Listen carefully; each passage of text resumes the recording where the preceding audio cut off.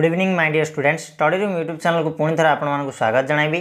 तो पे आज भिडियो आम आलोचना करवा तुम 9th क्लास हिंदी बहिर जो प्रथम पाठ रही अनमोल मती तार चतुर्थ पार्ट रही रहीम पद्य।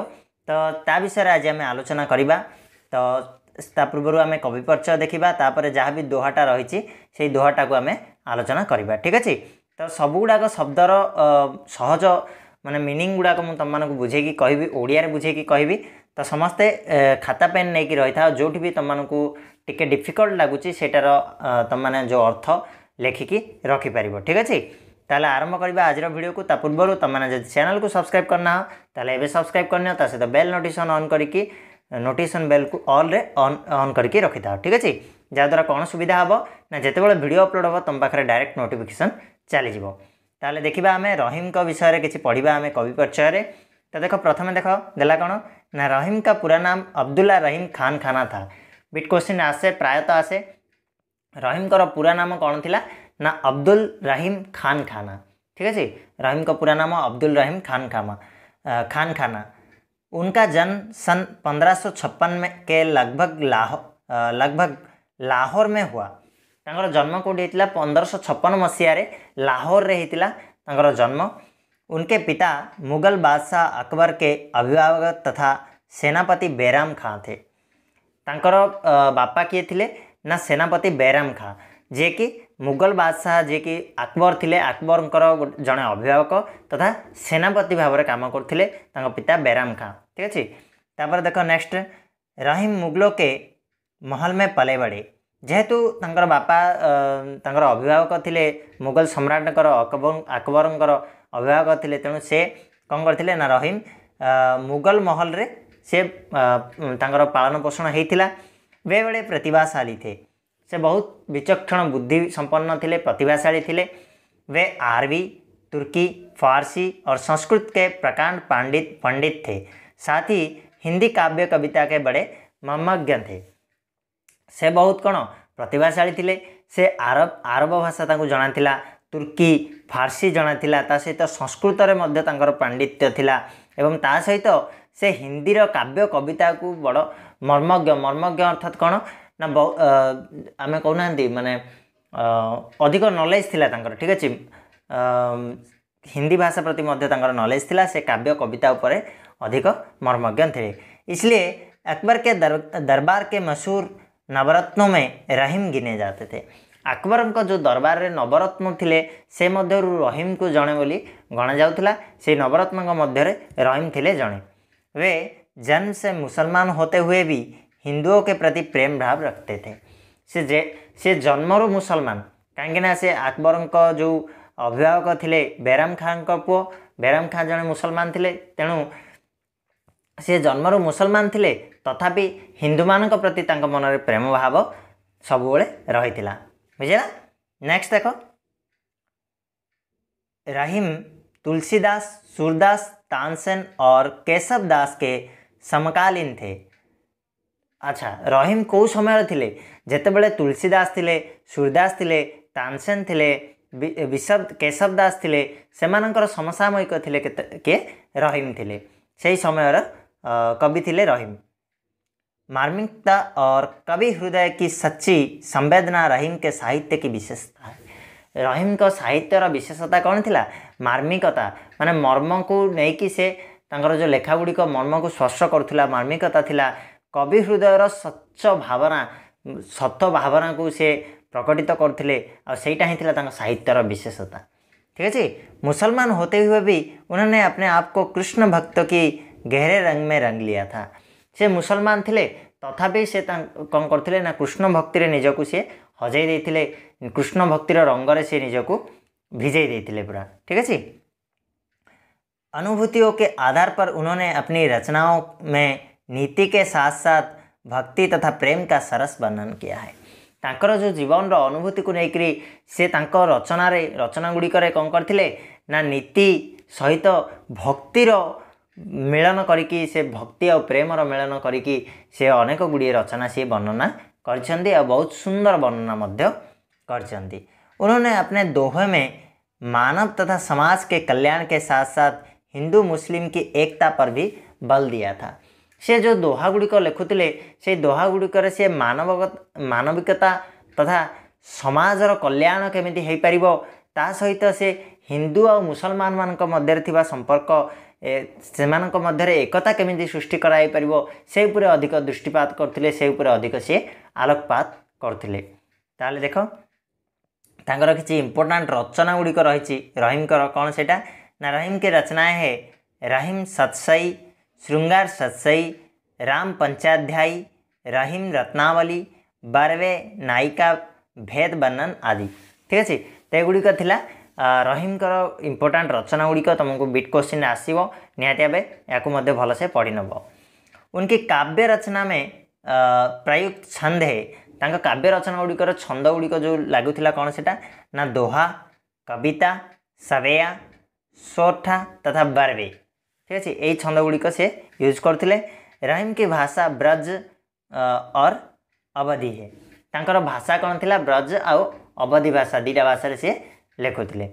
ठीक अच्छे तो नेक्स्ट जीवा आम दोहा उपर को दोहे कौन रही दीटा लाइन रही देख आम या पढ़ा यापर किसी शब्दार्थ रही आम आलोचना करवा तापर यह जो दोहे दीटा देती यार संपूर्ण विवरणी तुमको तले दिखाई आम डिस्कसन करवा। तो देख प्रथम टी रहा कौन जो रहीम उत्तम प्रकृति का करी सकत कुसंग चंदन विष व्यापत नहीं लपटे रहत भुजंग। ये गोटे गला आपको आम बुझा टिके समय वेट कर जाओ। नेक्स्ट 2 नंबर रे कही कही रहीम संपत्ति सगे बनत बहुत बहुरीत विपत्ति कसोटी जे कसे तेई सांचे मीत।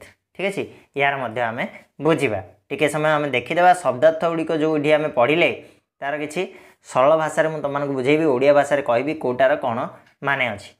ताले उत्तम अर्थात हूँ श्रेष्ठ जोड़ा कि आम कहते उत्तम लोकटे माने भल लोकटे। ठीक अच्छे भल उत्तम अर्थात हूँ भल बा श्रेष्ठ।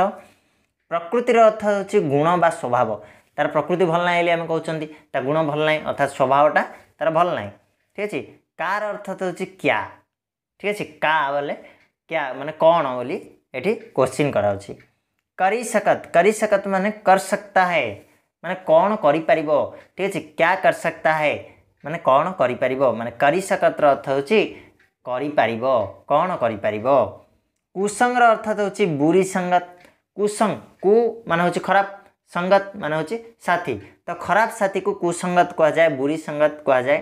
ठीक अच्छे लपटे अर्थात होची लिपटना माने कौन लगिजा गोटे जगार जाकि लगिजा। ठीक अच्छे लपटेर अर्थात हूँ लिपटना अर्थ हूँ कौन लगिजा। भुजंग अर्थात हूँ साप। ठीक अच्छे साम भुजंग अर्थात हूँ साम।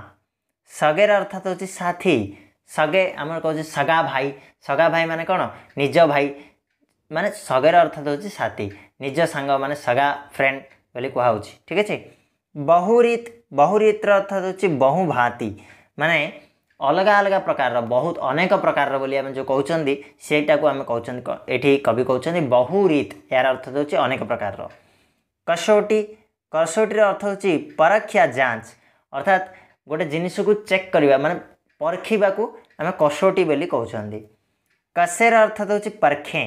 ठीक अच्छे कसे माने कौन परखिबा को कसे बोली कहुँ। तेईर अर्थात होची वही से। ठीक अच्छे से बोली आम कहते ना तेई। तापर सांचेर अर्थात हूँ सच्चा सांचेर अर्थात हूँ सत। ठीक अच्छे मित्र अर्थात हूँ मित्र जोटा कि फ्रेंड तुम मैंने जानी तो ये गला किसी शब्दार्थ। बर्तमान आम दोहाटा को बुझा कौन रही से 2 लाइन रे आम जाना।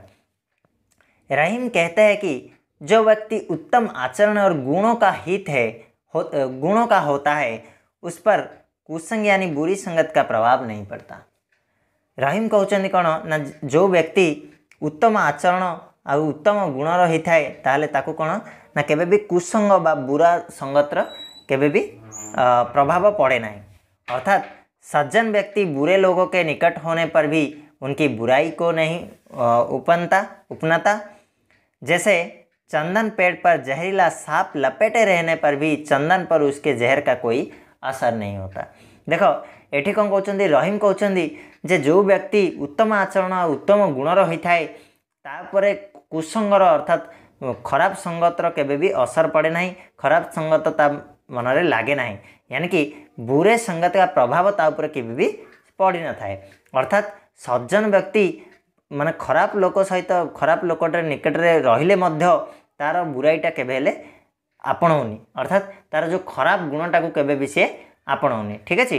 अर्थात जमीती आम देखी जे चंदन गछ उपरे जहरीला साप रोचे, चंदन गछ उपरे बहुत जहरीला साप गुड़िक रही था, किंतु चंदन उपरे से सापर जहर किसी भी प्रभाव पड़े ना, साप विषर किसी भी प्रभाव पड़े ना। यहाँ चंदन पेड़ के साथ उत्तम गुण वाले व्यक्ति तथा सांप के साथ कुसंग की तुलना की गई है। एठी रहीम क्या सहित क्या तुलना कर चंदन गछ को उत्तम व्यक्ति उत्तम गुण वाला व्यक्ति सहित तुलना कर साप को कुसंग सहित तुलना कर कवि रहीम। बुझिपार।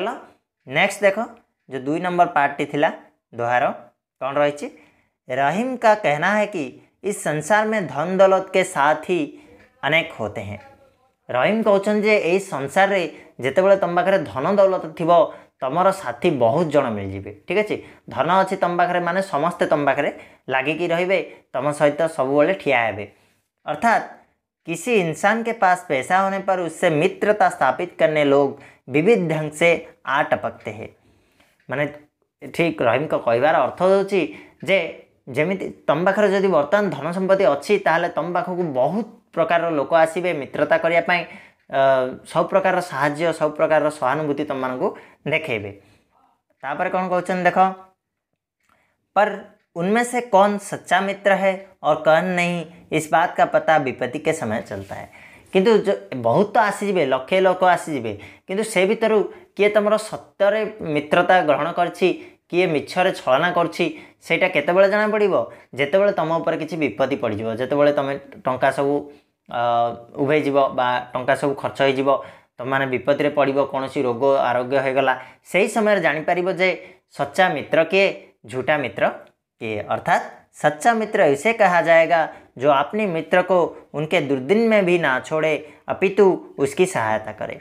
जेते सच्चा मित्र बोली क्या आम कहवा जितेबाला जानव जे दुर्दिन रे दुख समय रे जो मित्र तुम साथी छाड़लानी तुमको साहाय्य कला सी हूँ तुम सच्चा मित्र आउ सब छलना करते। ठीक अच्छे। तो ये थिला रहीम कर दोहा जोटा को आम पढ़िले। यार किसी प्रश्न उत्तर रही आम नेक्स्ट वीडियो रे डिस्कसन करवा।